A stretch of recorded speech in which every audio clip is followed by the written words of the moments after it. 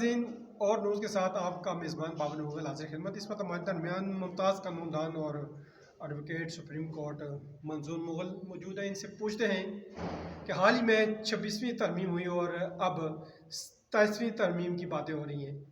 ये तरमीम क्यों का ज़रूरी है, जानते हैं इन्हीं से। ये मुग़ल साहब क्या कहते हैं? औज़ुबिल्लाहिमिनश्शैतानिर्रजीम। ये 26 जो आइनी तरमीम हुई है, नाश्ता किया, तेज़ ये थोड़ी बात जो करें। वक्त की ज़रूरत थी। सही। और जो आइनी बेंच बनेगा उसमें जो कॉन्स्टिट्यूशनल मैटर हैं वो अलग जाएंगे और जो दूसरे मैटर्स हैं वो जो है वो दूसरे जो बेंच हैं वो सुनेंगे। ठीक है। तो उसमें जो है ना जो जो डिफरेंट अमेंडमेंट्स थी ठीक है। प्रैक्टिस एंड प्रोसीजर में, तो सही। सबसे जो मेन था कि पहले ये था कि अल जहाद ट्रस्ट केस था। उसमें था कि जो भी सीनियर मोस्ट होगा ही जी जी। Will be the chief justice of ठीक है। Supreme court of Pakistan. तो अब जो अमेंडमेंट हुई उसमें ये तब्दीली आ गई कि जो सीनियर मोस्ट 3 जजेस होंगे, सही। सीनियर मोस्ट जो है सीनियरिटी में आएंगे। तो वन ऑफ देम जो है वो जो कमेटी होगी पार्लिमान की कमेटी के जो हैं 4 हैं जो है एमएनए होंगे, 4 सेनेट्स के होंगे, अपोजिशन का होगा और जो है ना इस तरह तमाम जमातों की नुमाइंदगी उसमें होगी और एक पाकिस्तान बार का जो नुमाइंदा है वो भी उसमें शामिल होगा। सही। तो उन 3 में से जो है वो एक की सिलेक्शन होगी। जिस तरह 3 नाम थे, सीनियर मोस्ट थे जो है जस्टिस मंसूर अली शाह जो थे वो सीनियर मोस्ट थे, उसके बाद मुनीब अख्तर साहब थे और उसके बाद यही आफरीदी साहब थे। तो तीनों में से सिलेक्शन जो है यही आफरीदी साहब तीसरे नंबर पे थे। तो इनकी सिलेक्शन जो है वो की गई as a chief justice of Pakistan. तो अब जो है वो इस तरह का जो प्रोसीजर है वो अडॉप्ट किया गया।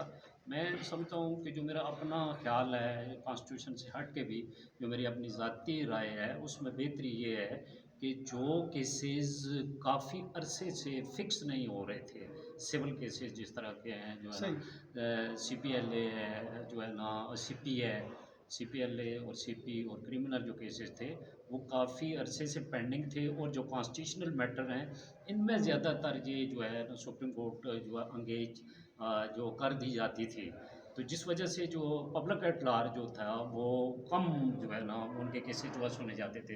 तो अब मेरे ख्याल में अगर कॉन्स्टिट्यूशनल बेंच बन जाएगा तो कॉन्स्टिट्यूशनल जो मैटर हैं वो डायरेक्ट उस बेंच के पास जाएंगे। चाहे वो 3 जजेस का बनता है, चाहे 5 जजेस का बनता है, वो जुडिशल कमीशन जो है जिसकी थी उसके में पार्लिमानी कमेटी भी जो है जिस तरह वो बेहतर समझेंगे तो उसमें जो हेड होगा। अब तो वो जो जो कंट्रडिक्शन आएगी या जो कॉम्प्लिकेशंस आएगी वो ये होगी कि चीफ़ जस्टिस तो जो है ना जिस तरह कह रहे थे जी कि चीफ़ जस्टिस जो है वो अलग आइनी कोर्ट का बनेगा, इस तरह का नहीं था। ये तो बेंच बन जाएगा, उस बेंच को हेड कौन करेगा? ये जो बाकी बात काट रहा हूँ, सियासी बेंच बनेंगे और सियासी बेंच क्या अदलिया पर या जजेस पर असरअंदाज नहीं होंगे? नहीं, सियासी बेंच हम उसे नहीं कह सकते, कॉन्स्टिट्यूशनल है वो कॉन्स्टिट्यूशन के मुताबिक ही वो बेंच बनेगा क्योंकि अमेंडमेंट हो गई। जब ठीक। कॉन्स्टिट्यूशन में अमेंडमेंट हो गई तो 26 आइनवी तरमीम जो है उसके तहत वो कॉन्स्टिट्यूशन का हिस्सा बन गई। तो जब कॉन्स्टिट्यूशन का हिस्सा बन गई तो अब उसके मुताबिक आगे जो है वो सारा काम होना है। तो जो जहाँ तक 27वीं अमेंडमेंट का तल्लक है तो उसमें मैं आपको थोड़ा सा वो अर्ज़ करता चलूँ कि मिसाल के तौर पे एम जो है उनका एक डिमांड ये थी कि 140 के तहत बलदियाती जो सिस्टम है उसको जो है वो लाना चाहिए। सही। और अमेंडमेंट्स जो हैं उसमें डिफरेंट अमेंडमेंट्स जो थी वो जो जो डिफरेंट पार्टीज़ थी, ये कोalition गवर्नमेंट है, ये चाहती है कि हम जो है आगे जाएं। तो ये सिर्फ ये जो ना अमेंडमेंट जो मौजूदा 26वीं थी इसको उन्होंने जो है ना वो सम अप करके तो सिर्फ जो है ना प्रैक्टिस एंड प्रोसीजर तक लेके आ गए कि ये सिर्फ जो है ना जुडिशल सिस्टम की हद तक जाए।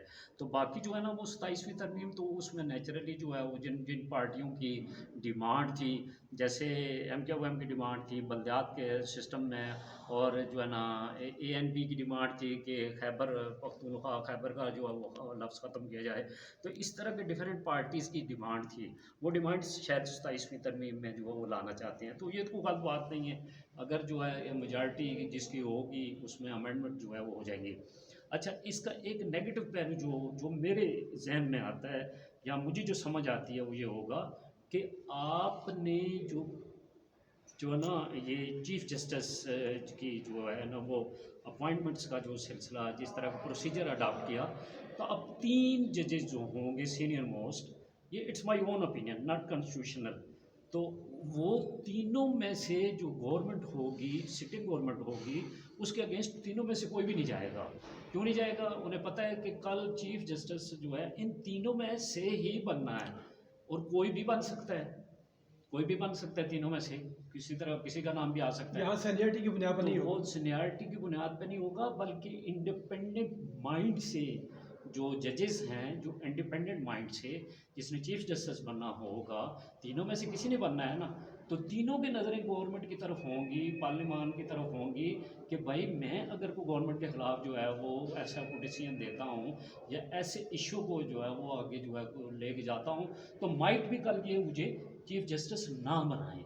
इट्स माय ओन ओपिनियन सही। कि उन तीनों की नज़रें होंगी उस पार्लियामानी कमेटी की तरफ कि भाई 3 नाम जाने हैं, तो तीनों को जो है ना वो उनमें से एक चीफ जस्टिस बनना है। तो ये कैसे मुमकिन है कि वो तीनों जो है वो ये कहेंगे नहीं जी एक पेज पे आ जाओ गवर्नमेंट के खिलाफ जो है ना, जिस तरह कॉन्स्टिट्यूशनल पिटीशनें पड़ी हुई हैं, तो ये एक नेगेटिव अफेक्ट भी जाएगा, इंडिपेंडेंट ऑफ जुडिशरी जो है इसमें मुतासर होगी। तो इस तरह जो है वो जो है बहुत मामला। शुक्रिया मंजूर हाँ, मोहम्मद थैंक यू साहब, वेरी मच। नाज़रीन देखते रहिए।